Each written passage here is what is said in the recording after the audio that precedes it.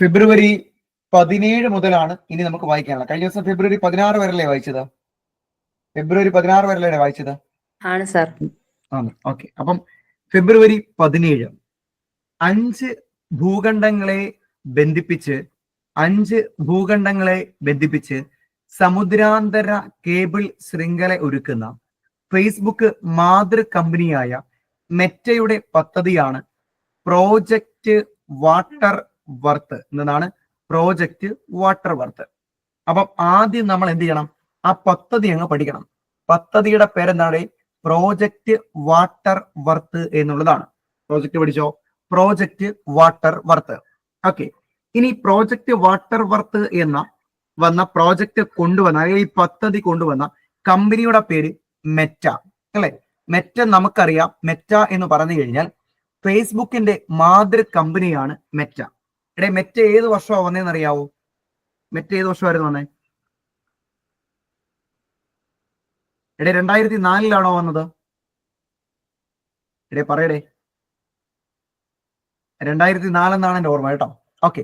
അപ്പം ഫേസ്ബുക്കിന്റെ മാതൃ കമ്പനിയായ മെറ്റയുടെ പദ്ധതിയാണ് എന്താണ്? Project water worth. ക്ലിയർ ആണോടെ? അപ്പൊ ഫേസ്ബുക്കിന്റെ മാതൃ കമ്പനിയായ മെറ്റയുടെ പദ്ധതിയാണ് പ്രോജക്റ്റ് വാട്ടർ വർത്ത്. അത് സെറ്റായി. ഇനി എന്തിനാണ് പ്രോജക്റ്റ് വാട്ടർ വർത്ത്? 5 ഭൂഖണ്ഡങ്ങളെ ബന്ധിപ്പിച്ച് സമുദ്രാന്തര കേബിൾ ശൃംഖല ഒരുക്കാൻ വേണ്ടിയിട്ട് നമ്മുടെ ഫേസ്ബുക്കിന്റെ മാതൃ കമ്പനിയായ മെറ്റ ആരംഭിച്ച പദ്ധതിയാണ് എന്ന് പറയുന്നത് project Waterworth. Project Waterworth. ഇത്രയും സെറ്റാണോടെ? 5 ഭൂഖണ്ഡങ്ങളെ ബന്ധിപ്പിച്ച് സമുദ്രാന്തര കേബിൾ ശൃംഖല ഒരുക്കുന്ന ഫേസ്ബുക്കിന്റെ മാതൃ കമ്പനിയാണ് മെറ്റ. അവരുടെ പദ്ധതിയുടെ പേരെന്താണ്? Project Waterworth. Project Waterworth. ഇത്രയും സെറ്റാണ്. അടുത്ത, ഇന്ത്യയും ഏത് രാജ്യവും സംയുക്തമായി വികസിപ്പിച്ചെടുത്തതാണ് ബ്രഹ്മോസ് NG മിസൈൽ. ഓർത്തോണേ, ബ്രഹ്മോസ് NG മിസൈൽ വികസിപ്പിച്ചത് ഇന്ത്യയും റഷ്യയും ചേർന്നാണ്. ഏതൊക്കെ രാജ്യങ്ങൾ ചേർന്നാണ്? ഇന്ത്യയും റഷ്യയും ചേർന്ന് സംയുക്തമായി വികസിപ്പിച്ചതാണ് ബ്രഹ്മോസ് NG മിസൈൽ. അപ്പൊ 2 ചോദ്യം ഓക്കെയാണ്. ഒന്ന്, പ്രോജക്റ്റ് വാട്ടർ വർത്ത് എന്ന പദ്ധതി ആരംഭിച്ചത് ഫേസ്ബുക്കിന്റെ മാതൃ കമ്പനിയായ മെറ്റയാണ്. എന്തിനു വേണ്ടി? 5 ഭൂഖണ്ഡങ്ങളെ ബന്ധിപ്പിക്കാൻ വേണ്ടിയിട്ട്. 5 ഭൂഖണ്ഡങ്ങളെ ബന്ധിപ്പിക്കാൻ. എങ്ങനെ? സമുദ്രാന്തര കേബിൾ ശൃംഖല ഒരുക്കിക്കൊണ്ട് ബന്ധിപ്പിക്കാനുള്ള പദ്ധതിയാണ് എന്ന് പറയുന്നത് പ്രോജക്റ്റ് വാട്ടർ വർത്ത്. ഇന്ത്യയും റഷ്യയും സംയുക്തമായി വികസിപ്പിച്ചതാണ് എന്ന് പറയുന്നത് BrahMos NG missile. BrahMos NG missile. Okay. അടുത്ത നോക്കണേ. അടുത്തൊരു ഡേ ആണ്, ചോദിക്കാൻ സാധ്യതയുള്ള ഡേ ആണ്. ആഗോള ടൂറിസം പ്രതിരോധ ദിനം എന്നാണെന്ന് ചോദിച്ചാൽ ഫെബ്രുവരി 17 ആണ്. ഫെബ്രുവരി 17. ഓർക്കണേ, ആഗോള ടൂറിസം പ്രതിരോധ ദിനം എന്നാണ് ഫെബ്രുവരി 17 ആണ്. ഓക്കെ. അപ്പൊ ബ്രഹ്മോസ് NG മിസൈൽ വികസിപ്പിച്ചത് ഏതൊക്കെ രാജ്യങ്ങൾ ചേർന്നാണെന്ന് ചോദിച്ചാൽ ഇന്ത്യയും റഷ്യയും. ആഗോള ടൂറിസം പ്രതിരോധ ദിനമായി ആചരിക്കുന്നത് ഫെബ്രുവരി 17 ആണ്. ഓക്കെ. അടുത്തത്, ലോകത്തിന്റെ ഏത് കോണിൽ ഉള്ളവർക്കും കേരളീയ കലാരൂപങ്ങൾ പഠിക്കുവാനും പരിശീലിക്കുവാനും വേണ്ടി തയ്യാറാക്കിയ സ്ഥാപനത്തിന്റെ പേരാണ് ഡിജിറ്റൽ ആർട്സ് സ്കൂള്. മനസ്സിലായോടെ? Digital arts school. ലോകത്തിലെ ഏത് കോണിൽ ഉള്ളവർക്കും കേരളീയ കലാരൂപങ്ങൾ പഠിക്കുവാനും പരിശീലിക്കുവാനും വേണ്ടി തയ്യാറാക്കിയ സ്ഥാപനത്തിന്റെ പേരാണ് digital arts school. Digital arts school. അപ്പം ആഗോള ടൂറിസം പ്രതിരോധ ദിനം എന്നാണ് എന്ന് ചോദിച്ചാൽ അത് ഫെബ്രുവരി 17 ആണ്. ഏതാണ്? ഫെബ്രുവരി 17. ഓക്കെ ആണോ? ഓക്കെ ആണോ? ഓക്കെ ആണോ? യെസ്. അടുത്ത, പ്രഥമ സ്വരാജ് മാധ്യമ പുരസ്കാരത്തിന് അർഹനായ വ്യക്തിയാര്? പ്രഥമ സ്വരാജ് മാധ്യമ പുരസ്കാരത്തിന് അർഹനായ വ്യക്തിയാണ് MK സുരേഷ്. ആരാണ്? MK സുരേഷ് ആണ്. ചോദ്യം ക്ലിയർ ആണ്. പ്രഥമ സ്വരാജ് മാധ്യമ പുരസ്കാരത്തിന് അർഹനായ വ്യക്തി ആരാണ്? MK സുരേഷ് ആണ്. ആരാണ്? MK സുരേഷ്. ചോദ്യം ഒന്നുകൂടി നോക്കാം. ലോകത്തിലെ ഏത് കോണിൽ ഉള്ളവർക്കും കേരളീയ കലാരൂപങ്ങൾ പഠിക്കുവാനും പരിശീലിക്കുവാനും വേണ്ടി തയ്യാറാക്കിയ സ്ഥാപനത്തിന്റെ പേരെന്താണ്? ഡിജിറ്റൽ ആർട്സ് സ്കൂൾ ആണ്. എന്താണ്? Digital arts school. ആഗോള ടൂറിസം പ്രതിരോധ ദിനം ഫെബ്രുവരി 17. ഇന്ത്യ ഏത് രാജ്യവുമായി സംയുക്തമായി വികസിപ്പിച്ചതാണ് ബ്രഹ്മോസ് NG മിസൈൽ എന്ന് ചോദിച്ചാൽ നിങ്ങൾ പറയണം ഏതാണ്? റഷ്യയാണ്. 5 ഭൂഖണ്ഡങ്ങളെ ബന്ധിപ്പിച്ച് സമുദ്രാന്തര കേബിൾ ശൃംഖല ഒരുക്കുന്ന ഫേസ്ബുക്ക് മാതൃ കമ്പനിയായ മെറ്റയുടെ പദ്ധതിയാണ് project Waterworth. Project water worth. പ്രഥമ സ്വരാജ് മാധ്യമ പുരസ്കാരത്തിന് അർഹനായത് MK സുരേഷ്. അടുത്ത ചോദ്യം കേൾക്കട്ടെ. ഇന്ത്യൻ മഹാസമുദ്ര സമ്മേളനത്തിന്റെ 8ാം പതിപ്പ് നടന്നത് എവിടെയാണെന്ന് ചോദിച്ചാൽ എവിടെയാണ്? മസ്കറ്റ്. ഒമാനിലെ മസ്കറ്റിലാണ് ഇന്ത്യൻ മഹാസമുദ്രത്തിന്റെ 8ാമത് പതിപ്പ് നടന്നത്. ചോദ്യം ക്ലിയർ ആണോ? ഇന്ത്യൻ മഹാസമുദ്ര സമ്മേളനത്തിന്റെ 8ാം പതിപ്പ് നടന്നത് എവിടെയാണ്? മസ്കറ്റ്, ഒമാനിലെ മസ്കറ്റ്. പ്രഥമ സ്വരാജ് മാധ്യമ പുരസ്കാരത്തിന് അർഹനായ വ്യക്തി ആരെന്ന് ചോദിച്ചാൽ ആരാണ്? MK സുരേഷ് ആണ്. പ്രഥമ സ്വരാജ് മാധ്യമ പുരസ്കാരത്തിന് അർഹനായ വ്യക്തി ആരാണ്? MK സുരേഷ്. ഓക്കെ, അപ്പം ഓഗസ്റ്റ് 17 ഓക്കെ ആയോ? ഓഗസ്റ്റ് 17 ഓക്കെ ആണെങ്കിൽ പറയടേ. സോറി ഓഗസ്റ്റ് 17 കേട്ടോ, ഫെബ്രുവരി 17. ഓഗസ്റ്റ് എവിടെ നിന്ന് കയറി വന്നോ? ഫെബ്രുവരി 17 ഓക്കെ ആണോടെ?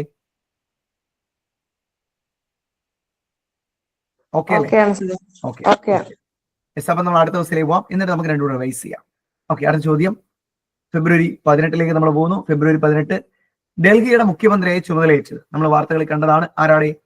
രേഖ ഗുപ്തയാണ്. ഡൽഹിയുടെ മുഖ്യമന്ത്രിയായി ചുമതലയേറ്റത് ആരായിരുന്നു? രേഖ ഗുപ്തയാണ്. രേഖ ഗുപ്ത. യെസ്.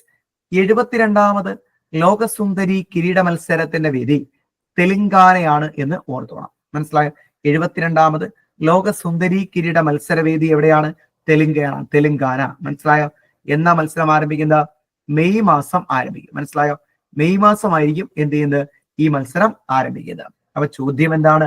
72ാമത് ലോക സുന്ദരി കിരീട മത്സരത്തിന്റെ വേദി തെലങ്കാനയാണ്. ഡൽഹി മുഖ്യമന്ത്രിയായി ചുമതലയേറ്റത് രേഖ ഗുപ്തയാണ്. ആരാടെ? രേഖ ഗുപ്ത. ഓക്കെ. നിയമസഭയിൽ വിവർത്തന സംവിധാനം നിലവിൽ വന്ന ആദ്യ ഇന്ത്യൻ സംസ്ഥാനം ഏതാണെന്ന് ചോദിച്ചാൽ ഉത്തർപ്രദേശാണ്. നിയമസഭയിൽ വിവർത്തന സംവിധാനം നിലവിൽ വന്ന ആദ്യ ഇന്ത്യൻ സംസ്ഥാനം ഏതാണ്? ഉത്തർപ്രദേശ്. 72ാമത് ലോക സുന്ദരി കിരീട മത്സരത്തിന്റെ വേദി എവിടെയാണ്? തെലങ്കാനയാണ്. ഡൽഹി മുഖ്യമന്ത്രിയായി ചുമതലയേറ്റ വ്യക്തിത്വം രേഖ ഗുപ്തയാണ്. ഓർത്തോടെ, രേഖ ഗുപ്ത ഡൽഹി മുഖ്യമന്ത്രിയാകുന്നു. 72ാമത് ലോക സുന്ദരി മത്സരവേദി തെലങ്കാനയാണ്. മെയ് മാസമാണ് മത്സരം നടക്കുന്നത്. നിയമസഭയിൽ വിവർത്തന സംവിധാനം നിലവിൽ വന്ന ആദ്യ ഇന്ത്യൻ സംസ്ഥാനം ഏതാണ്?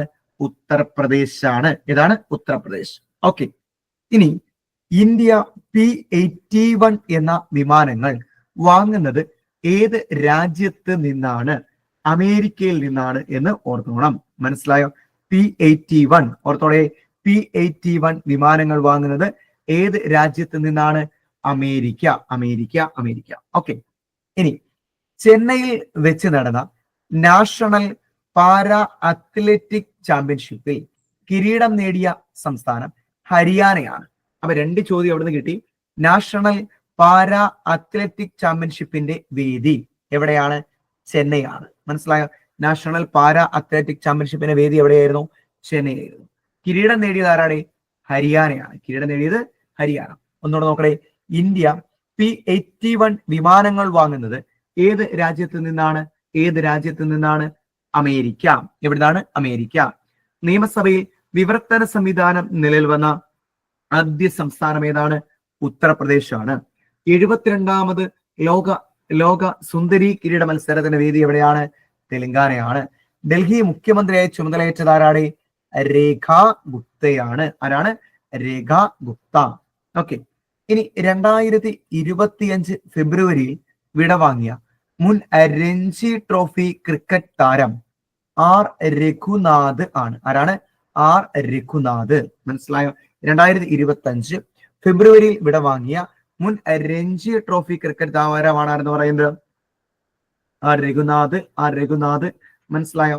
എനിക്ക് തോന്നുന്നു തൃശ്ശൂരാണ് അദ്ദേഹം അന്തരിക്കുന്നത്. തൃശ്ശൂർക്കാരനാണെന്നാണ് തോന്നുന്നത്. തൃശ്ശൂരാണ് അദ്ദേഹം അന്തരിക്കുന്നത്. മനസ്സിലായി. പാലക്കാട് ക്രിക്കറ്റ് ടീമിലൊക്കെ മത്സരിച്ചതായി കാണുന്നു ആർ രഘുനാഥ്. ഓക്കെ, അപ്പൊ അദ്ദേഹം അന്തരിച്ചിരിക്കുന്നത് എവിടെയാണ്? തൃശ്ശൂരാണ് എന്ന് ഓർത്തോളുക. ഓക്കെ, ഏകദിനത്തിൽ അതിവേഗം 200 വിക്കറ്റ് തികയുന്ന ഇന്ത്യക്കാരൻ. ഏകദിനത്തിൽ അതിവേഗം 200 വിക്കറ്റ് തികയുന്ന ഇന്ത്യക്കാരനാണ് ആരെന്ന് പറയുന്നത്? മുഹമ്മദ് ഷമി എന്ന് പറയുന്നത്. ആരാണ്? മുഹമ്മദ് ഷമി. അപ്പൊ 2 ചോദ്യം കിട്ടിയോ നോക്കുക. 2025 ഫെബ്രുവരിയിൽ വിടവാങ്ങിയ രഞ്ജി ട്രോഫി ക്രിക്കറ്റ് താരം ആരായിരുന്നത്? ആർ രഘുനാഥ്. ഏകദിനത്തിൽ അതിവേഗം 200 വിക്കറ്റ് തികയുന്ന ഇന്ത്യക്കാരനാണ് ആരെന്ന് പറയുന്നത്? മുഹമ്മദ് ഷമി. അപ്പൊ ഒന്നുകൂടെ നോക്കാൻ ചോദ്യങ്ങൾ. ഡൽഹിയുടെ മുഖ്യമന്ത്രി ആരാണ്? പുതുതായി ചുമതലയേറ്റ മുഖ്യമന്ത്രി ആരാ? രേഖാ ശർമ്മ. 72ാമത് ലോകസുന്ദരി കിരീട മത്സര വേദി എവിടെയാണ്? തെലങ്കാനയാണ്. നിയമസഭയിൽ വിവർത്തന സംവിധാനം നിലവിൽ വന്ന ആദ്യ ഇന്ത്യൻ സംസ്ഥാനം ഏതാണ്? ഉത്തർപ്രദേശ്. P-81 വിമാനങ്ങൾ വാങ്ങുന്നത് ഏത് രാജ്യത്ത് നിന്നാണ്? അമേരിക്ക. ഇനി നാഷണൽ പാരാ അത്ലറ്റിക് ചാമ്പ്യൻഷിപ്പ് കിരീടം നേടിയത് ഹരിയാന. വേദി എവിടെയാണ്? ചെന്നൈയാണ്. 2025 ഫെബ്രുവരിയിൽ വിടവാങ്ങിയ മുൻ രഞ്ജി ട്രോഫി ക്രിക്കറ്റ് താരമാരാണ്? ആർ രഘുനാഥ്. ഏകദിനത്തിൽ അതിവേഗം 200 വിക്കറ്റ് തികയ്ക്കുന്ന ഇന്ത്യക്കാരനാണ് ആരെന്ന് പറയുന്നത്? മുഹമ്മദ് ഷമി. ഓക്കെ, ഇത്രയും മനസ്സിലായോ? Okay, set. നമുക്കെങ്കിൽ അടുത്ത ദിവസം കയറാം. അപ്പം ഫെബ്രുവരി 19. ഓക്കെ, ഏത് സംസ്ഥാനത്തിന്റെ വിദ്യാഭ്യാസ മോഡലാണ് കേരളത്തിൽ നടപ്പിലാക്കാൻ പോകുന്നത്? ഗുജറാത്ത്. ഏത് സംസ്ഥാനത്തിന്റെ വിദ്യാഭ്യാസ മോഡലാണ് കേരളത്തിൽ നടപ്പിലാക്കാൻ പോകുന്നത് എന്ന് ചോദിച്ചാൽ ഗുജറാത്ത് മോഡലാണ് എന്ന് ഓർത്തോളുക കേട്ടോ. അടുത്തത് പൈലറ്റുമാർക്ക് ഇലക്ട്രോണിക് പേഴ്സണൽ ലൈസൻസ് ലഭ്യമാക്കുന്ന എത്രാമത് രാജ്യമാണ്? ഇന്ത്യ. 2ാം രാജ്യമാണ്. മനസ്സിലായോ? പൈലറ്റുമാർക്കുള്ള ഇലക്ട്രോണിക് പേഴ്സണൽ ലൈസൻസ് ലഭ്യമാക്കുന്ന 2ാമത്തെ രാജ്യമാണ് ഇന്ത്യ. 1ാമത്തെ രാജ്യം ചോദിച്ചാൽ അത് ചൈനയാണ് എന്ന് ഓർത്തു വെച്ചോണം. 1ാമത്തെ രാജ്യം ഏതാണ്? ചൈനയാണ്. 2ാമത്തെ രാജ്യമാണ് എന്ന് പറയുന്നത് ഇന്ത്യ എന്ന് പറയുന്നത്. ഓക്കെ, അപ്പം ഗുജറാത്ത് മോഡലാണ് നമ്മൾ എവിടെ നടപ്പിലാക്കാൻ പോകുന്നത്? കേരള സംസ്ഥാനത്തിൽ നടപ്പിലാക്കാൻ പോകുന്നത്. എങ്ങനെ? വിദ്യാഭ്യാസ മോഡലാണ്. ഗുജറാത്ത് വിദ്യാഭ്യാസ മോഡലാണ് കേരളത്തിൽ നടപ്പിലാക്കാൻ പോകുന്നത് എന്ന് ഓർക്കുക. പൈലറ്റുമാർക്ക് ഇലക്ട്രോണിക് പേഴ്സണൽ ലൈസൻസ് ലഭ്യമാക്കുന്ന എത്രാമത്തെ രാജ്യമാണ്? ഇന്ത്യ. 2ാമത്തെ രാജ്യമാണ്. ഒന്ന് ചൈനയാണ് എന്ന് ഓർത്തോണം. ഒന്നേതാണ്? ചൈന. ഓക്കെ, അടുത്ത ടൈം മാഗസിന്റെ വിമൺ ഓഫ് ദി ഇയർ പട്ടികയിൽ ഇടം പിടിച്ച ഇന്ത്യക്കാരി.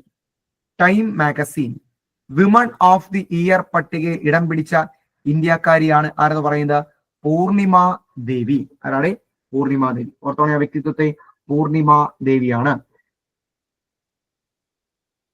ടൈം മാഗസിന്റെ വിമൺ ഓഫ് ദി ഇയർ പട്ടികയിൽ ഇടം പിടിച്ച ഇന്ത്യക്കാരി പൂർണിമ ദേവിയാണ്.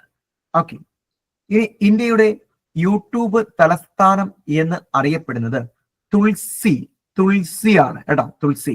ഇന്ത്യയുടെ യൂട്യൂബ് തലസ്ഥാനം എന്നറിയപ്പെടുന്നത് തുൾസി. ഈ തുൾസി എന്ന് പറയുന്ന ഗ്രാമം സ്ഥിതി ചെയ്യുന്നത് എവിടെയാണ്? ഛത്തീസ്ഗഡിലാണ് എന്ന് ഓർത്തോണം. 2 ചോദ്യം സെറ്റ്. ഇന്ത്യയുടെ യൂട്യൂബ് തലസ്ഥാനം തുൾസിയാണ്. ഇന്ത്യയുടെ യൂട്യൂബ് തലസ്ഥാനം ഏതാണ്? തുൾസി എന്ന ഗ്രാമം സ്ഥിതി ചെയ്യുന്നത് എവിടെയാണ്? ഛത്തീസ്ഗഡിലാണ്. എവിടെയാണ്? ഛത്തീസ്ഗഡ്. അപ്പം ടൈം മാഗസിന്റെ വിമൺ ഓഫ് ദി ഇയർ പട്ടികയിൽ ഇടം പിടിച്ച ഇന്ത്യക്കാരിയാര? പൂർണിമ ദേവിയാണ്. പൈലറ്റുമാർക്കുള്ള ഇലക്ട്രോണിക് പേഴ്സണൽ ലൈസൻസ് ലഭ്യമാക്കുന്ന എത്രാമത്തെ രാജ്യമായിരുന്നു ഇന്ത്യ? 2. ഏത് സംസ്ഥാനത്തിന്റെ വിദ്യാഭ്യാസ മോഡലാണ് കേരളത്തിൽ നടപ്പിലാക്കാൻ പോകുന്നത് എന്ന് ചോദിച്ചാൽ ഗുജറാത്ത്. ഓക്കെ, അടുത്ത ചോദ്യം നിങ്ങൾക്ക് ഈസി ആയിട്ട് കിട്ടും. PSCയുടെ ആസ്ഥാനം എവിടെ? കേരള PSC ആസ്ഥാനം എവിടെയാ? കേരള PSC പട്ടമാണ്. കേരള PSC ആസ്ഥാനം എവിടെയാണ്? പട്ടം അല്ലെ? പട്ടത്ത് എന്താണ്? തുളസി ഹിൽ നമ്മൾ പറയും അല്ലെ? പട്ടത്ത് തുളസി ഹില്ലാണ്. ഓക്കെ, പട്ടത്തെ തുളസി ഹിൽ. ഓക്കെ, നമ്മളപ്പം ആസ്ഥാനം പഠിച്ചു കഴിഞ്ഞു. ഇങ്ങനെ പഠിച്ചാൽ മതി. ഈ PSCയുടെ ആസ്ഥാനം പട്ടമാണെങ്കിൽ ആ പട്ടത്ത് തന്നെയാണ് എന്ത് വരാൻ പോകുന്നത്? PSC മ്യൂസിയം നിലവിൽ വരാൻ പോകുന്നത്. മനസ്സിലായോ? അപ്പൊ PSC മ്യൂസിയം നിലവിൽ വരുന്നത് എവിടെയാണ് എന്ന് ചോദിച്ചാൽ, എവിടെയാണെന്ന് ചോദിച്ചാൽ പട്ടത്താണ് എന്ന് ഓർത്തോണം. എവിടെയാണ്? പട്ടം. ഓക്കെ ആണോ?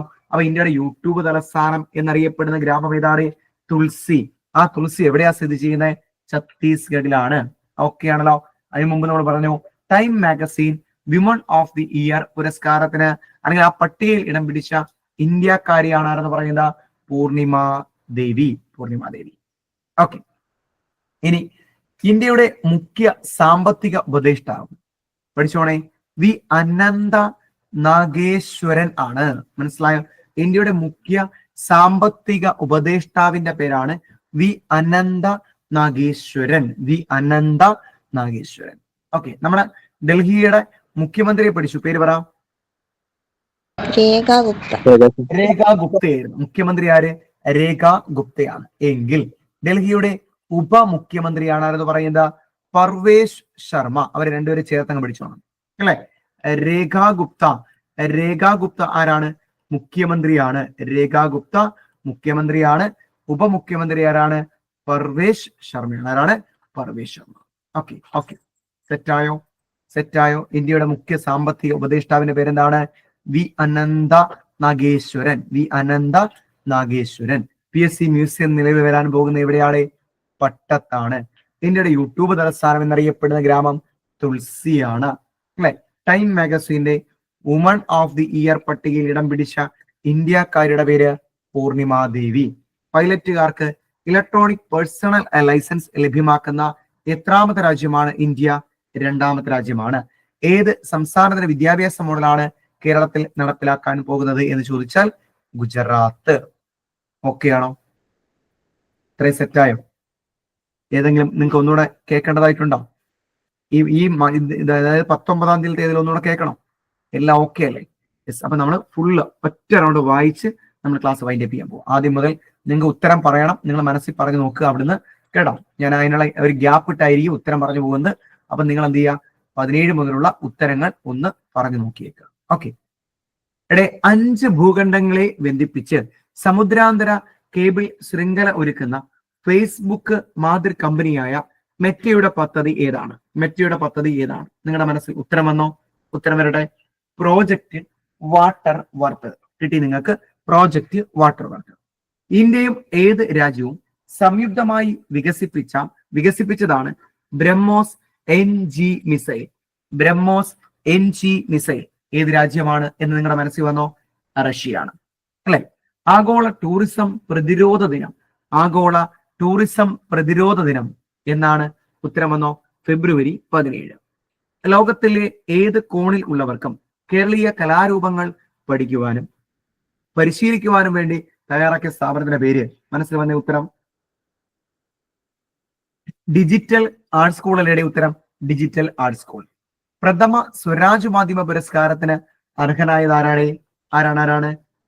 MK സുരേഷ് അല്ലേ? MK സുരേഷ്. ഇന്ത്യൻ മഹാസമുദ്ര സമ്മേളനത്തിന്റെ 8ാമത് പതിപ്പ് നടന്നത് മസ്കറ്റ് ആണ്. എവിടെ? ഒമാനിലെ മസ്കറ്റ് ആണ്. സെറ്റായി വരുന്നു. അടുത്തത് ഡൽഹിയുടെ മുഖ്യമന്ത്രി ആരാണ്? രേഖ ഗുപ്തയാണ് എന്ന് ഓർക്കണം. രേഖ ഗുപ്ത.